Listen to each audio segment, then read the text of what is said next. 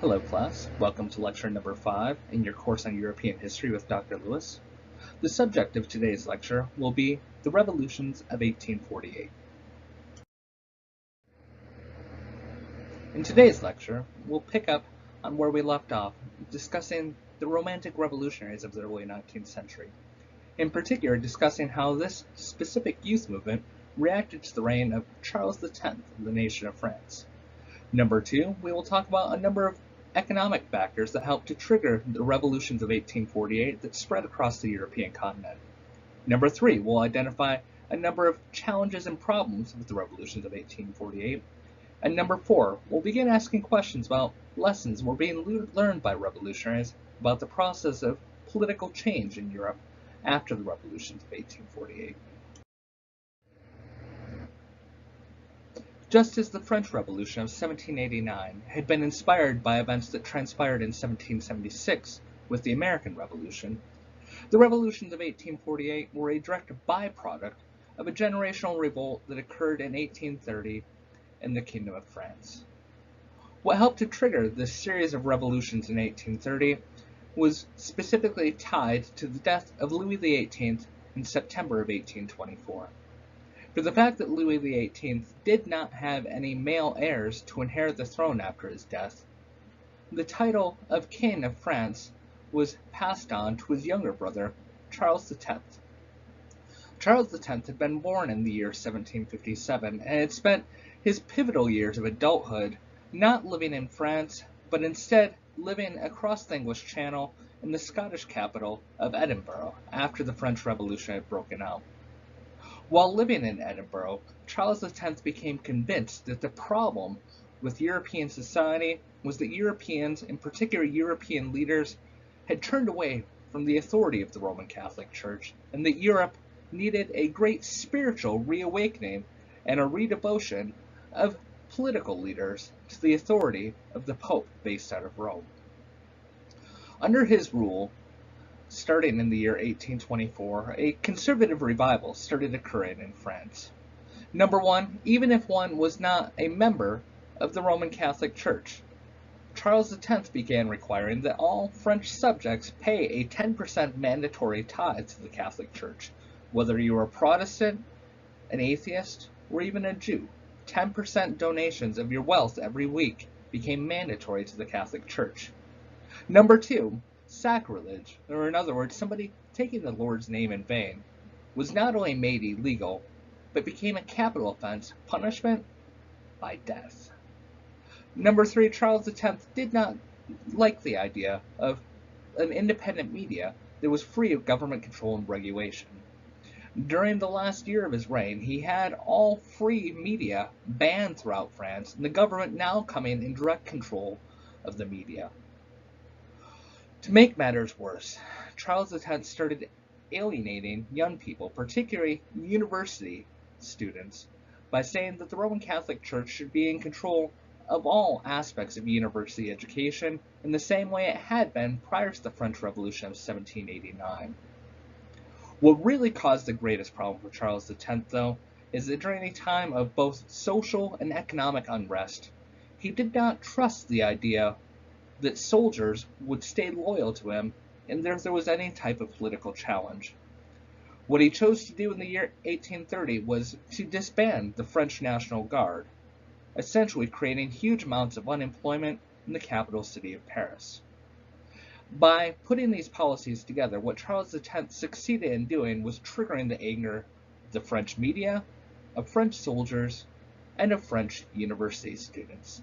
And these three groups came together in the year 1830 to overthrow one of the most dynamically conservative monarchies in the entire European continent. What ultimately brought an end to the ultra-conservative rule of King Charles X in France was a series of insurrections that was popularly documented by the novelist Victor Hugo from our previous lecture in the popular novel Les Miserables. What Victor Hugo documented was a coalition of workers, printers, and university students who rose up in July of 1830 to overthrow the rule of King Charles X. Under the slogan of "To the barricades," young people rose up, overtook the capital city, built barricades throughout the city, and in a process of insurrection and street fighting, caused King Charles X to panic, ultimately fleeing his own nation for the enemy kingdom of England, essentially becoming a political refugee seeking asylum. What young people, particularly university students, got out of their sacrifices in the 1830 revolution was not the republic that they had gone to the streets to die for, but the restoration of the monarchy with a new king, the cousin of King Charles X, a man who went by the title of King Louis Philippe, also known as the Citizen King.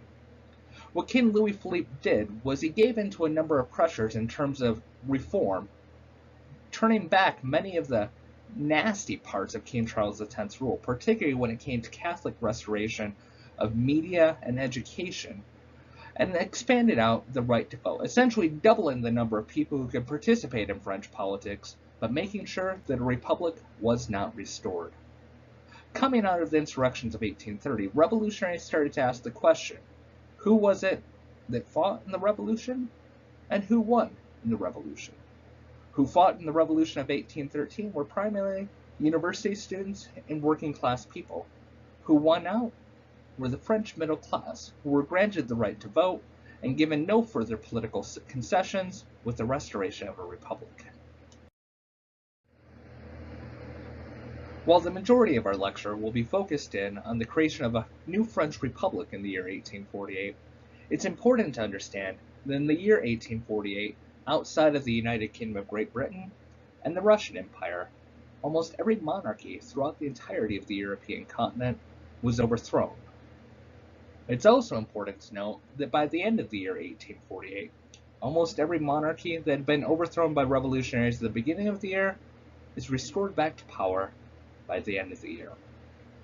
1848 is an incredibly complex year. Entire volumes of books have been written on this subject. As an undergraduate student, I had to take an entire year-long course just on the revolutions of 1848. But out of this complicated phenomenon, we can put together a four-step process of generally what occurred in most nations throughout Europe in the year 1848. The first step in the revolutionary process is that in the early spring of 1848, students and working class people began agitating for change. And when governments did not respond with reform, students and workers united together to overthrow governments not as reformists, but as revolutionaries. Step number two in the revolutionary process is the revolutionaries established new governments. Not all of them republics, but all of them inspired by many ideas of the French Revolution. Step number three is that the coalition of revolutionaries that formed these new governments began fighting amongst each other, particularly a split between individuals we would refer to as socialists opposing other individuals that we refer to as liberals, and we'll explore that in the phenomena of the French Republic today. Step number four is that once revolutionaries started splitting against each other and fighting with each other, that the traditional social elites who had controlled Europe prior to the year 1848 were able to use this power vacuum to slip back into control and to bring about a full-fledged counter-revolution. Now, the great question concerning political radicals and revolutionaries at the end of the year 1848 is the great question, can a counter-revolution be stopped? Because while almost every nation had its government overthrown in 1848 in Europe, by the end of the year, the traditional elites were all back in power. The main thing that had changed throughout the European continent, and that Europeans had in common during the 1830s, was the spread of the process of industrialization that we learned about last week in our online video lecture. One of the important things to understand about the phenomenon of industrialization, particularly under the model of capitalism, is the process of what's referred to as cyclical markets, also known as bust and boom cycles.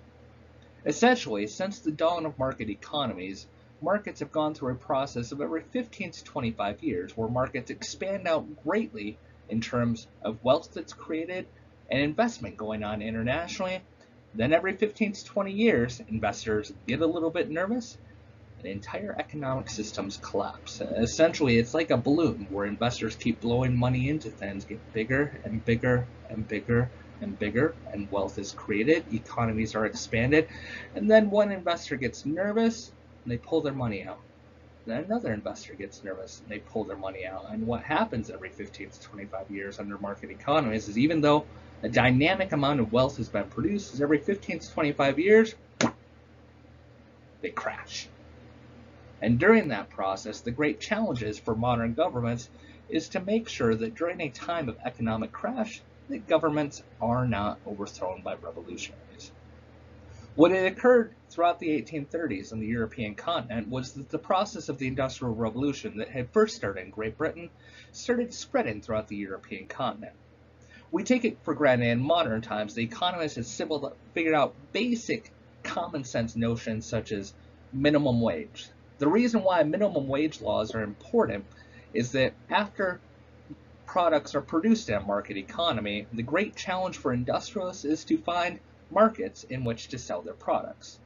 Now the problem is, prior to things such as minimum wage laws, is that working class people had such poor wages that after they produced different consumer products, they did not have enough consumer purchasing power to be able to buy these consumer products. What occurred throughout the 1830s, you had a huge expansion of European economies with industrialization, but low wages started stagnating purchasing. In the early 1840s, what that triggered was what we call market economics, a crisis of overproduction. Essentially, factories had produced too much stuff, and European workers were too poor to buy this stuff, and therefore factories had to close down. What was common throughout European countries that had industrialized during the mid-1840s was that unemployment rates started skyrocketing. And when poor people could not find jobs and their standard of living was deteriorating prior to what it had been during the 1830s, is they started looking to governments for assistance when it came to job creation and when it came to basic social welfare. What helps to trigger the revolutions of 1848 that's quite different than previous revolutions was that economics triggered most of the revolutionary process, not just simply ideas about society and about government. While in our modern mind, we associate the political ideology of liberalism with things such as big government and social welfare programs, liberals of the 19th century were very different creatures. What differentiated liberals from conservatives during the 19th century is that liberals believed in ideas of free trade and individual rights. They were not promoters of big government and social welfare programs. For the fact that France was going through a bit of an economic crisis leading up to the year 1848, what liberals believed was that by expanding out the right to vote to more people and potentially establishing a republic, that through a process of political reform, that the problems facing the French nation could be overcome in a political process, and that restoration of free market economics could be restored. The problem was that King Louis Philippe was a little bit concerned, for good reason since his predecessor had been overthrown by a revolution, about any public agitation when it came to trying to reform the French political system.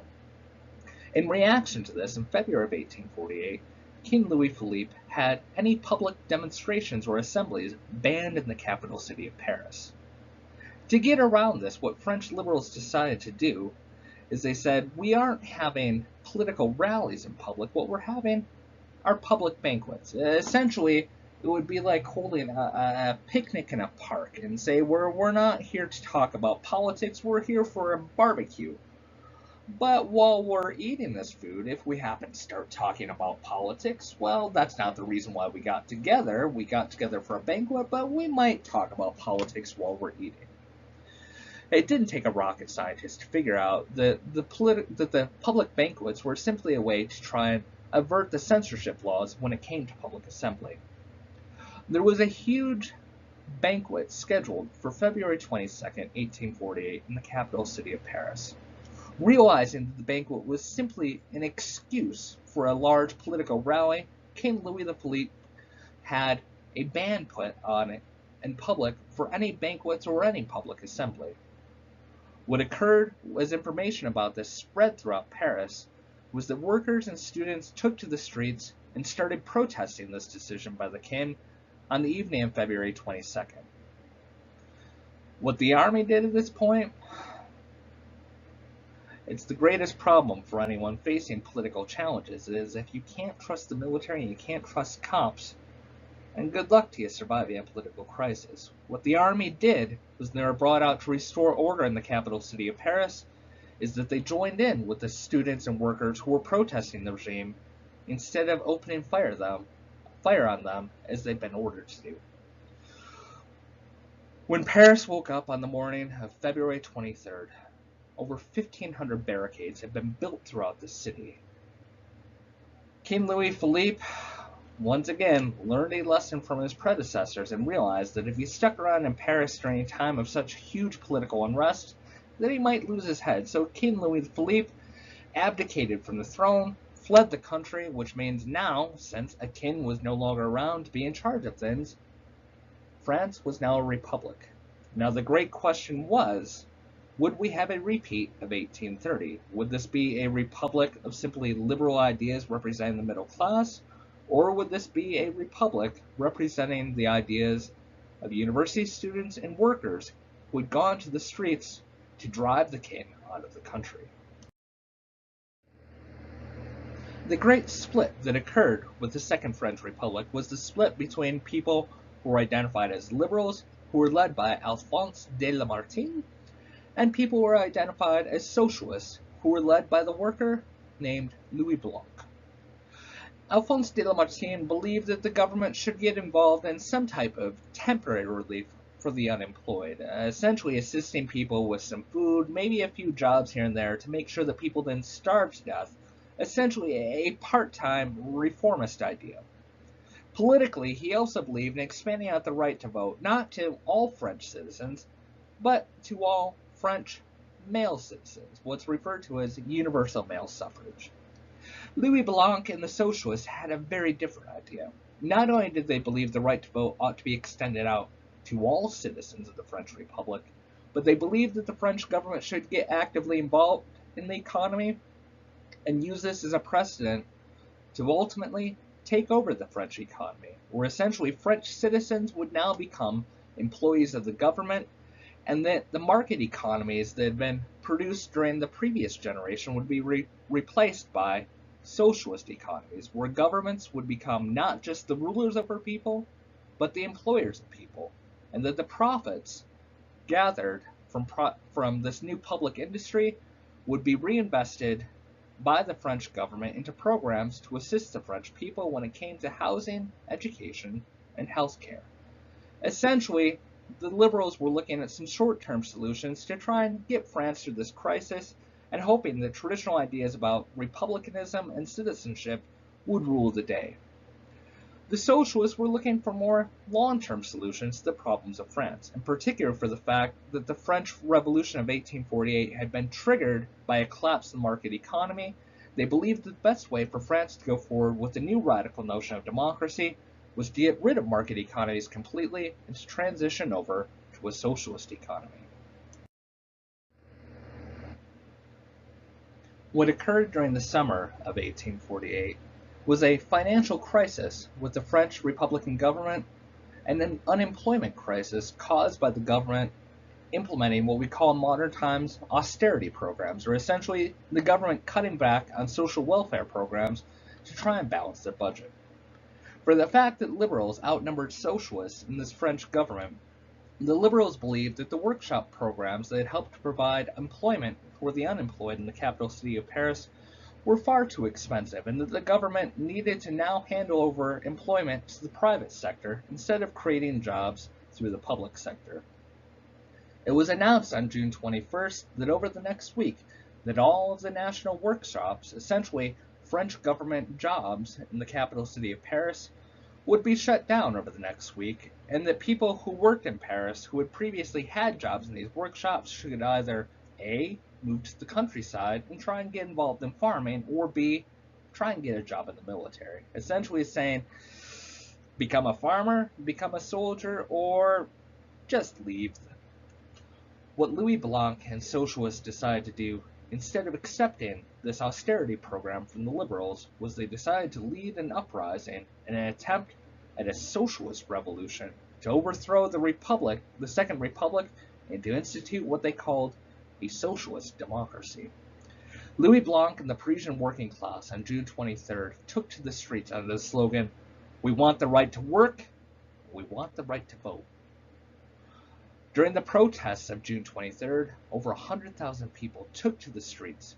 Working class people began seizing political buildings and building barricades around these major government buildings to make sure that the French military could not intervene and to take these back, essentially believing if you took over the buildings of government, such as storming City Hall or taking over the local post office, that you would now control the government. Kind of naive idea. What occurred on June 24th was the French liberals, under the leadership of Alphonse de Lamartine, sent in a notorious counter-revolutionary named General Cavaignac to put down the socialist uprising.